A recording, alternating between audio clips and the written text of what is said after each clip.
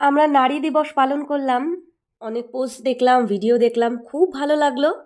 আমি যদিও কিছু বলিনি আমার কোনো ভিডিওতে, তবে এই মাটির গয়না নিয়ে কাজ করতে করতে একটা কথা খুব ভাবছিলাম। এই যে মাটি, এই মাটি তো আমাদের আশ্রয়, আমাদের মা। এই মাটির বুকে জন্মায় ফসল, গাছ, ফুল, ফল।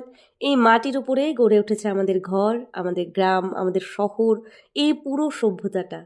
ঠিক তেমনি নারীও এই সৃষ্টির একটা বড় উৎস। নারী নতুন জীবনের জন্ম দেয়, একটা পরিবারকে গড়ে তোলে, একটা সমাজকে আগলে রাখে।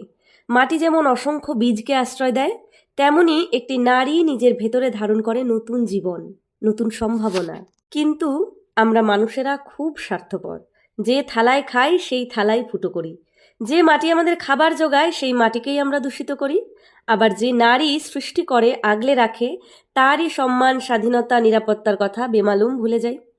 তবুও মাটি বা নারী কেউই কিন্তু নতুন সৃষ্টির কথা ভুলে যায় না। এই গোটা পৃথিবীটাই দাঁড়িয়ে আছে এই দুই অসীম শক্তির ওপর। তাই শুধু একটি দিন নয়, প্রতিটি দিনই হোক নারী দিবস।